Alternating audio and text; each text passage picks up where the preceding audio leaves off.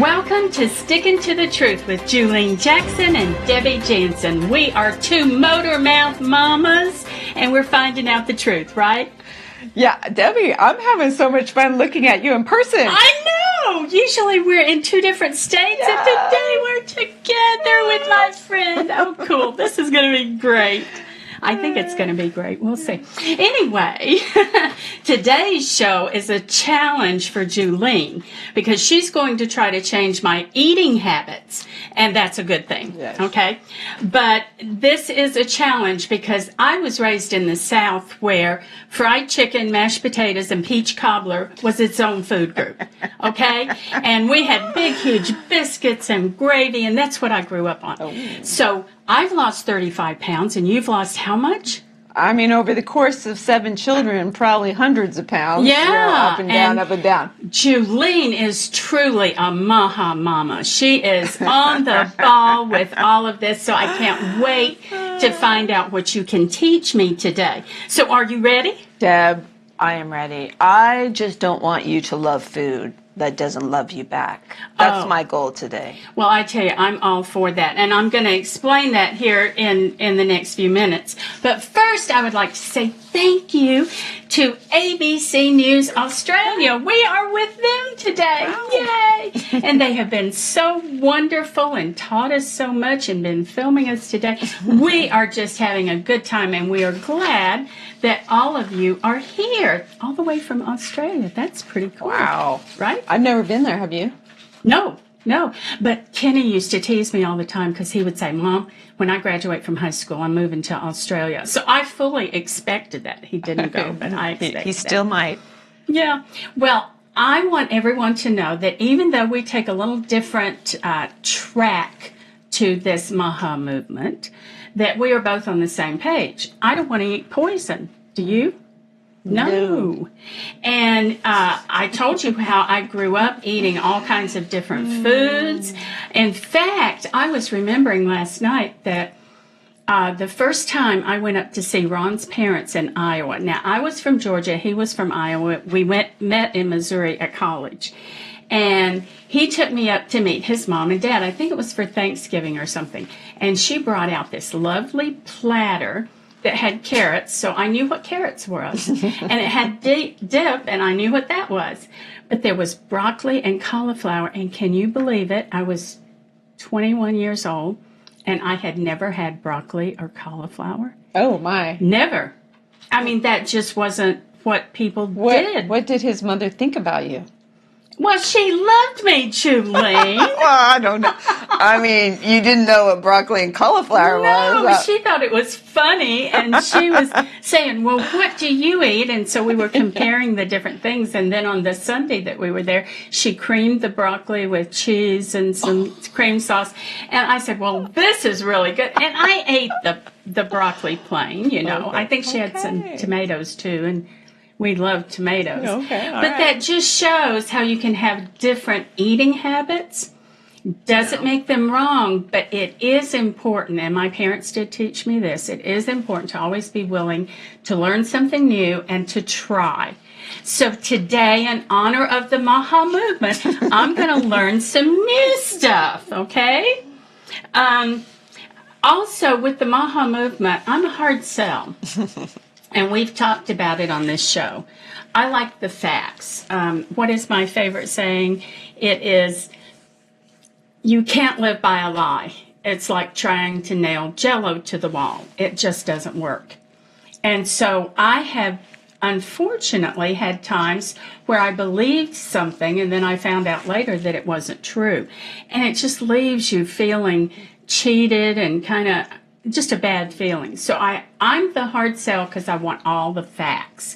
I want to know. What I'd really love to see is a scientist take fruit and cut it through and scoop out the inside and go through whatever process he needs to go through to say, see, there's all the chemicals. That's what I would like to see. And we don't always have all the facts that we need. So what I am going to do is I'm going to trust my friend Juleen today to give me all those facts. Boy. So let's talk about MAHA food and this big, huge salad that you eat. Isn't that beautiful? I mean, it's like walking through the Garden of Eden, eating a salad like that every day. And I'm going to share with you a little bit about how I eat that. Did you know I counted them, over 30 different types of vegetables in that salad. And so in this salad? In that salad, yeah. Okay. And I mean, we can talk about it right now, but so I have a salad bar in my home. Like, when you go to a salad bar and it's got all those little trays. I bought one off of Amazon. My dear friend told me about it. That's the power of like women talking, right? Yeah. She shared with me her salad bar. I took a look at it. I'm like, I need one of those. I ordered it on Amazon. My husband was like, we live in the city. Where are we going to put a salad bar in our little house? But where there's a will, there's a way. Yeah. I found a place right in the corner of the kitchen.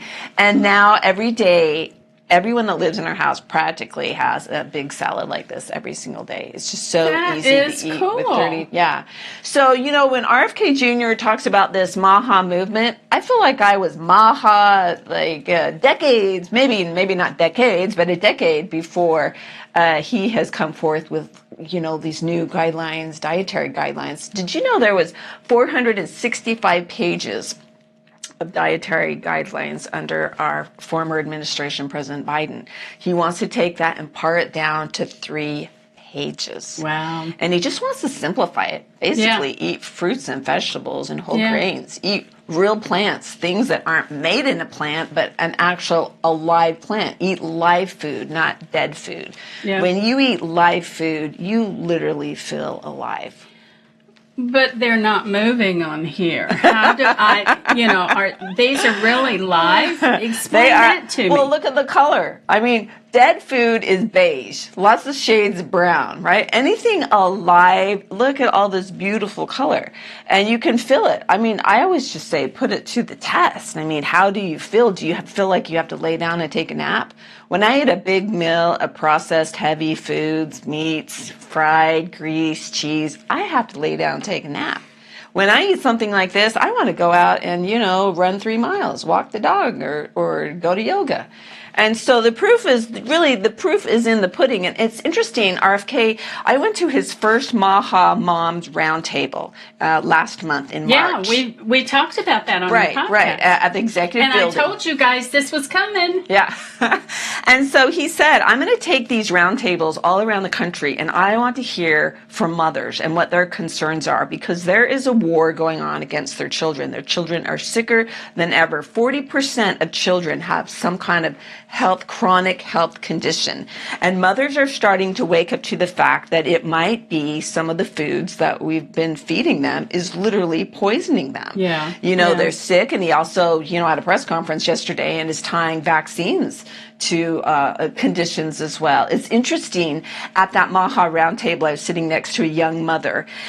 And she has a little girl who's 4, and she said, when my little girl had a round of vaccinations at 2, she began to cough and have this chronic cough. I took her into the doctor, and now, since that time, the last 2 years, she's had to take medication every day for a cough that will not go away. Goodness. And her mothering instincts tell her something happened when that child was vaccinated. Yeah. So moms are waking up to the fact that, some of the customs and traditions and the things the medical industry has been telling us to do is harming our children. And RFK Jr. said, look, more so than any health initiatives that we might put forth at Health and Human Services, it's the mothers who these big industries, pharmaceutical industries, drug industries, processed food industries are terrified of, because when mothers wake up, they just will stop doing some of these practices that have so-called been acceptable in the past. And you remember that one class that I did on mama bears and how they should react to other people? I said in there, you cannot just believe everything a doctor tells you. Right. You have to know enough about your own body, the way that you feel in your own body, to question that doctor and to say to that doctor, hey, I don't think this is right for me. You may think it's right, but I don't think it's right, because we're all different. Yeah. And we all react differently to things. And I agree with you. Amy talked to me with her 2 children about the fact that she did some studies on the vaccines, and she wanted a few of them so her kids could be protected, but she investigated them and she fought with those doctors. I want to see it go in the tube before you give the shot. I want to know exactly what my child is getting, and I may stop you at any point. So she took total charge of it. I think we should be doing this. Well, I think the thing that he's doing too is he's shining a light on areas that the government has never exposed. And this administration is willing to expose this healthcare crisis. It's not healthcare, it's sick care that they've been managing. Yeah. And so they want you to know all the facts, and then you make the decisions. If you still want to vaccinate your kids, fine. If you still want to stop off at McDonald's every night, then so be it. But, there shouldn't be any deception. There shouldn't be doctors saying, oh, there's no problem, there's no repercussions, when clearly in the press conference yesterday, he's tying increased vaccinations to increased autism. Like in 1980, 1 out of 100,000 kids were autistic with 8 vaccinations. Today in 2025, kids get over 60 to 70 vaccines, and now it's 1 in 36 are autistic. And for boys, it's 1 in 20 are autistic. And for states that really push vaccines, like California, it's 1 in 12.5 kids that are autistic.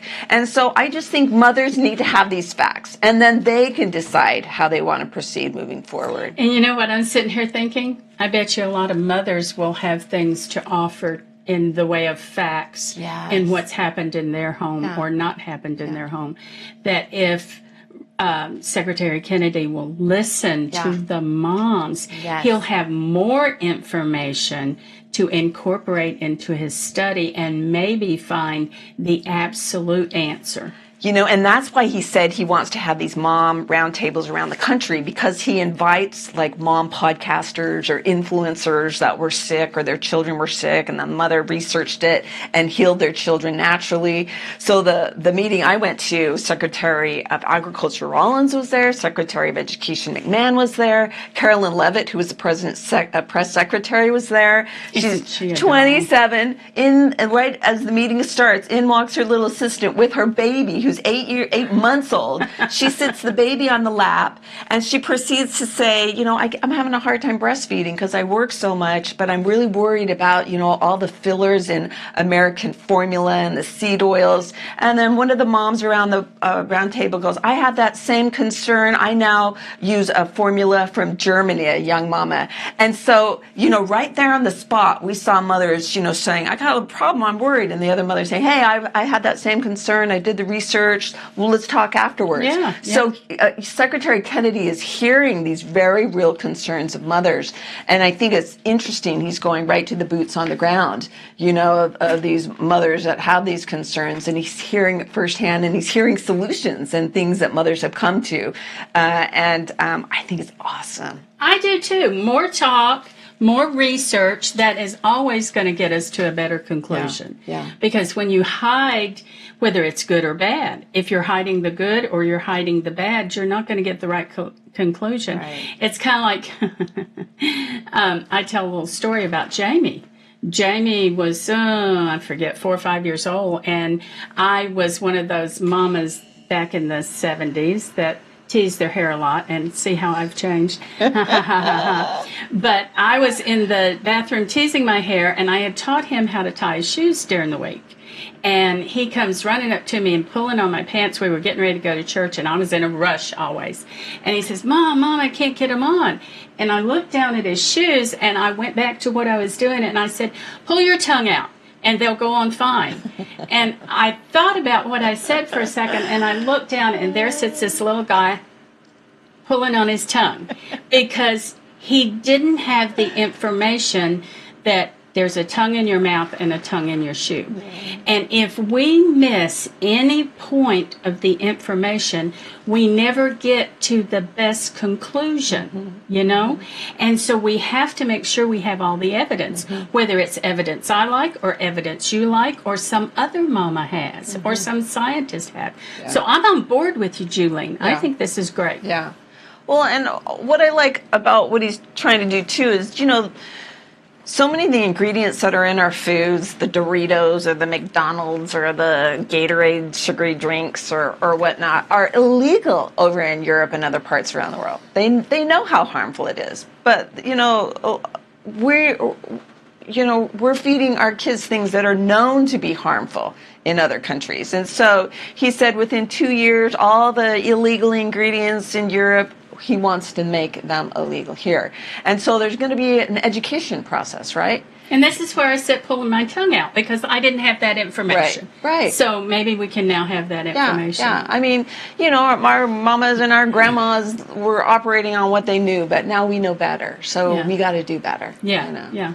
And so looking at this gorgeous salad here, Debbie, what do I have? Well, you got to tell me first, why is some of this looks like tree leaves? I don't get that. Do I need to eat tree leaves? What is this all about? Or I think there's another one here. That's that arugula. Really looks like one. I don't know what is this arugula? Yeah, that's arugula. I have like 8 different kind of greens in here. I've always heard chefs talk about it. What do you think? I mean, alone, I don't know how great arugula is. Well, I'm trying it. It's not awful. Right. Oh, it's got a little pepper in it. Yeah. So you try my husband would like that.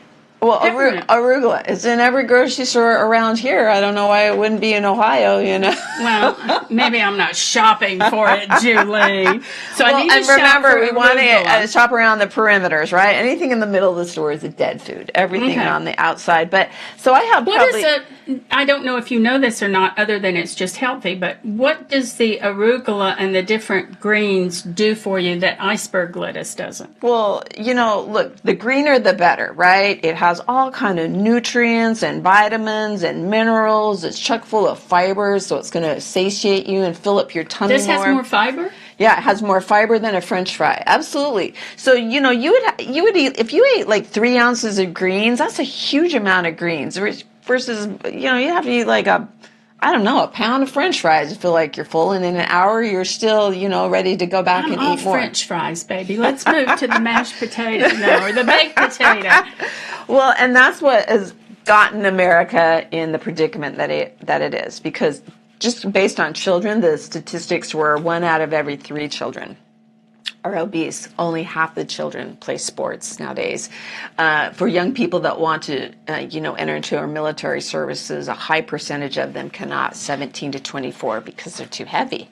And so, we're seeing kids get sicker earlier and earlier. There's like this explosion of cancer amongst children. Why is this? And their attention span is shortened, and so we're seeing more increased behavioral problems in school. And so, when you're raised on chocolate milk and Cocoa Puffs, as a child, you're probably not going to be drawn to this kind of food, right? And so we want to educate the mamas to feeding kids healthier younger, because they'll just naturally want the salad bar. So what RFK Jr. is going to try and do is improve our school lunches. Did you know most school lunches are shipped to the schools on styrofoam? They don't even have washers and dryers and ovens anymore at the schools. How do they warm that up? In a microwave. So everything... Yeah, that's not good. No, it's not good. So you have like this cardboard pizza or these chicken nuggets. So this is the appetite, the palate that we're developing with kids. And so, we want to get this, I'm no doubt probably thinking we want the salad bars at the school instead of the processed, microwavable foods. And so the wonderful thing is I purchased a salad bar, and my 17-year-old every day takes a salad. I put, the little plastic container, probably should be glass, but, I'm doing the best I can. She fills up the little plastic container of all her favorites. And so we've got broccoli, we've got cauliflower. And I do know what broccoli is. I love broccoli. Yeah, because we know. Ron's mom introduced it to you all those years ago. I love broccoli. Minus the butter and the cheese and whatever she put on there. Do you know Gracie, my granddaughter? She's 9, and when we go out to eat, instead of getting French fries, she always wants broccoli. Oh, God bless her. Isn't that something? God she loves her. it. So we have tofu. So, I'm not a meat eater. So this is tofu. And oh my word, this is the best tofu you'll ever have. And then I have like 4 beans here of lentils, kidney, black, garbanza, carrots. Now, don't beans have protein in them? Oh yeah, they have so much. So they kind of help with the protein So, issue? and vegetables have protein too. People think they don't. Vegetables have protein, but you add so we used to pop these, but I'm going to eat it. Yeah, snap peas are so good. Cherry tomatoes. We have peppers, little corn on the cob. I mean, I always who wondered wouldn't want about to that. eat that? Do you take it and just...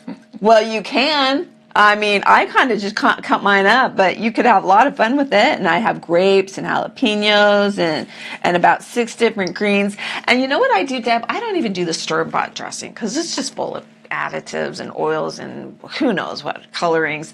I just put a little bit of olive oil and a balsamic vinegar, and then I do like this 24 seasoned spice on it, and you taste the real flavor of the vegetables when you don't douse it, drain it in store-bought dressing, and or I have made my homemade dressings, but sometimes I don't always have time. Now, I have done that before, and just to save the calories and make sure there wasn't a lot of sugar in it, but has the things I like.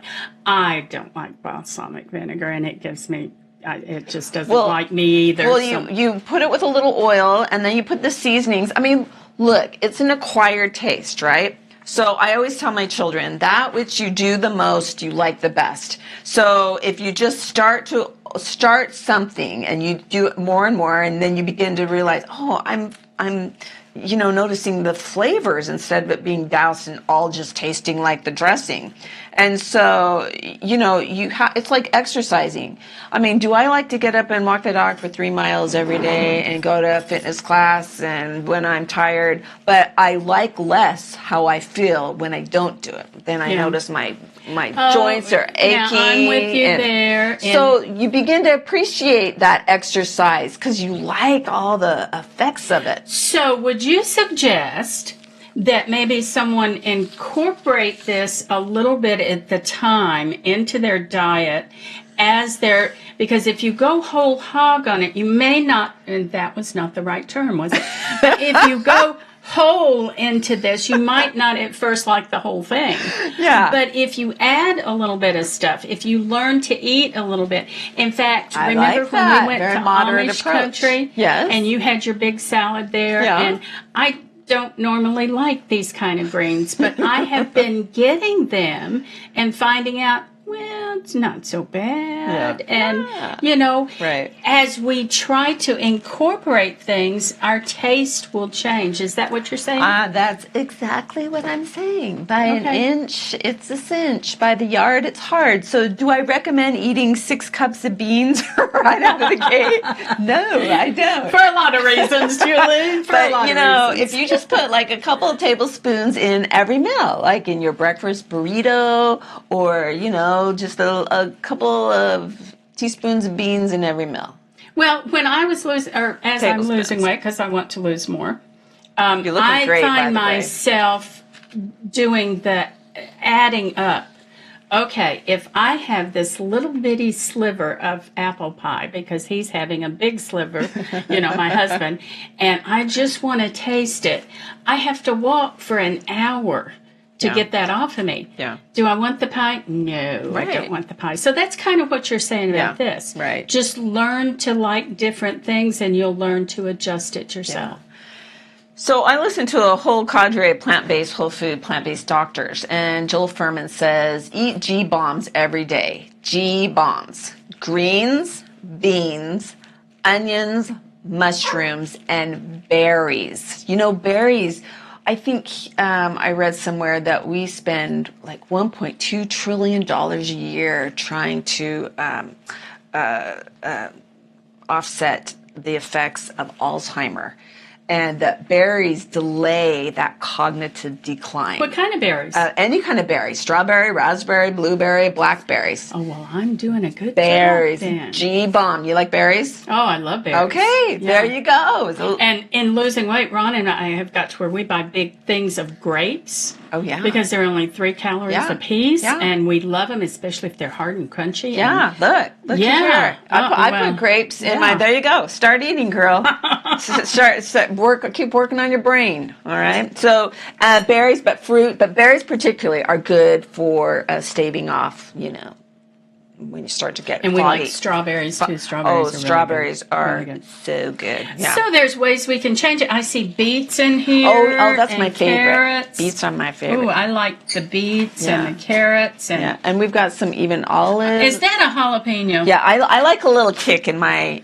But look, you can cut. I'm kick enough. I don't need the jalapeno. You can. Oh, and look, hearts of palm without the oil, and so you can just make it as fun and creative, or you can make it boring with Just don't put gravy on the top. Don't of it, put gravy, and don't put those oily, Caesar dressings, or I mean, look. If that's going to get you to start to eat salads, put it on. But ultimately, a little less oil-based, a little bit more vinaigrette, because that's low in fat. I like vinaigrettes. Yeah. Okay, cool. So there you go. There you go. You got anything else for us today? Well, I just am so glad that, you've been able to hear me out because why wouldn't I? We've talked about this problem before. Yeah. When you have good friends and you love them, give them a chance. Yeah. Listen to what they say. Yeah. And I'm already changing. I'm eating the trees, all because of you, Juleen. And who knows what will happen. Yeah. And then you've listened to me about things that I get on my soapbox about. And that's what we need to do, because when we have conversation, we create solutions.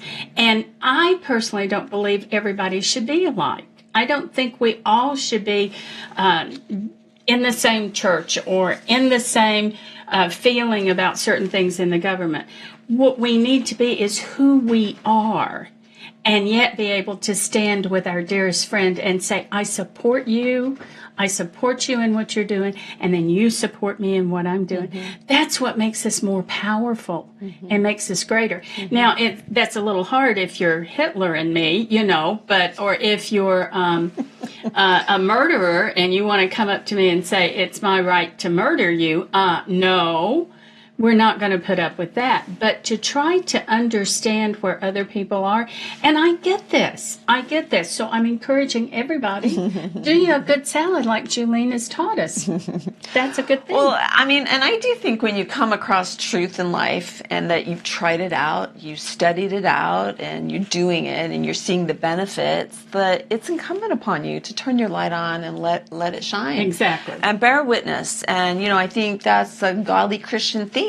That if you love God, love your neighbor. Yeah. And so as you testify kind of things that have helped you and have healed you, it's incumbent upon us, if we really do love our neighbors and love each other, that we share with other people of things that are working. And so I think that would be my tip for the day, that sometimes we overcomplicate eating healthy. We're like, well, I don't know what to make. I always say, look, keep your food black and white so that you can live life in technicolor, like vibrantly. And when I say black and white, just keep your food simple. You don't have to have all these elaborate recipes.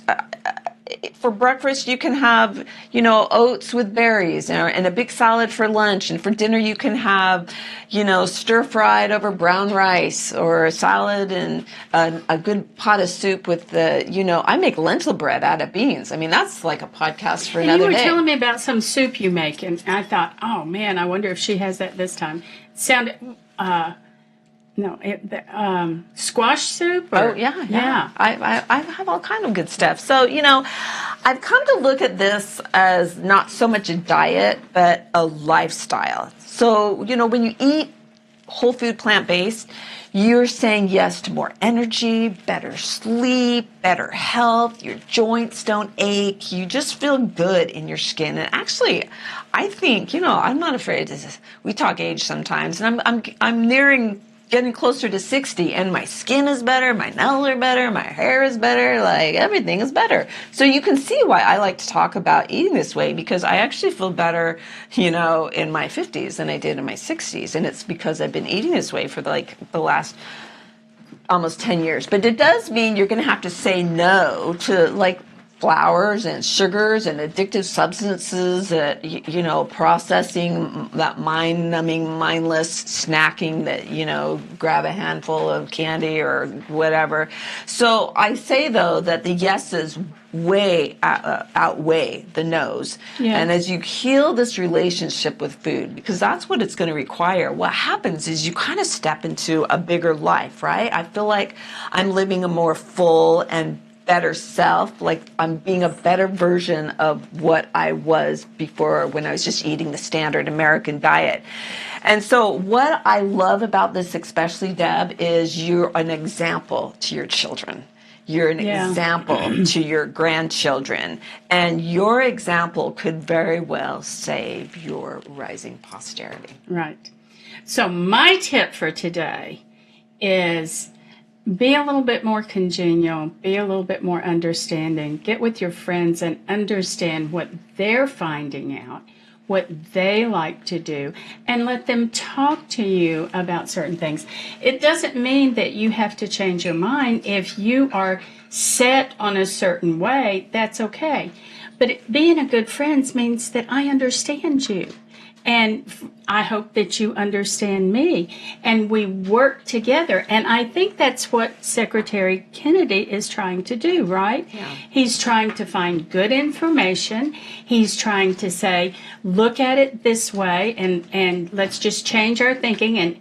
And he has said he's not going to get rid of anything, but he's going to give you the opportunity to make your own decision about, nope, sorry, we're not going to go to McDonald's. We're going to go home and eat a tree. Right? And so all of our listeners, be good to your friends, be good to your families. Don't destroy relationships because you have a different opinion. Instead, work together, like I've done with my beautiful friend today. I love her so much. This has been a fun show, hasn't it? Been great for me. And again, I want to thank ABC News. We have had so much fun getting to know them and having them here with us. We hope you will subscribe to this podcast and join us again. And remember, you can ask any questions and we will delve into it. And what will we do, Juleen? We will stick to the truth and we'll get the facts for you. So again, thanks to our wonderful producer, Ken Jansen, who will be taking all of our bad things out when we mess up and taking care of our podcast. He's amazing. And this is Debbie Jansen, and I am sticking to the truth. And I'm Juleen Jackson, and we hope that you will keep sticking to the truth. We'll see you next time. Bye-bye.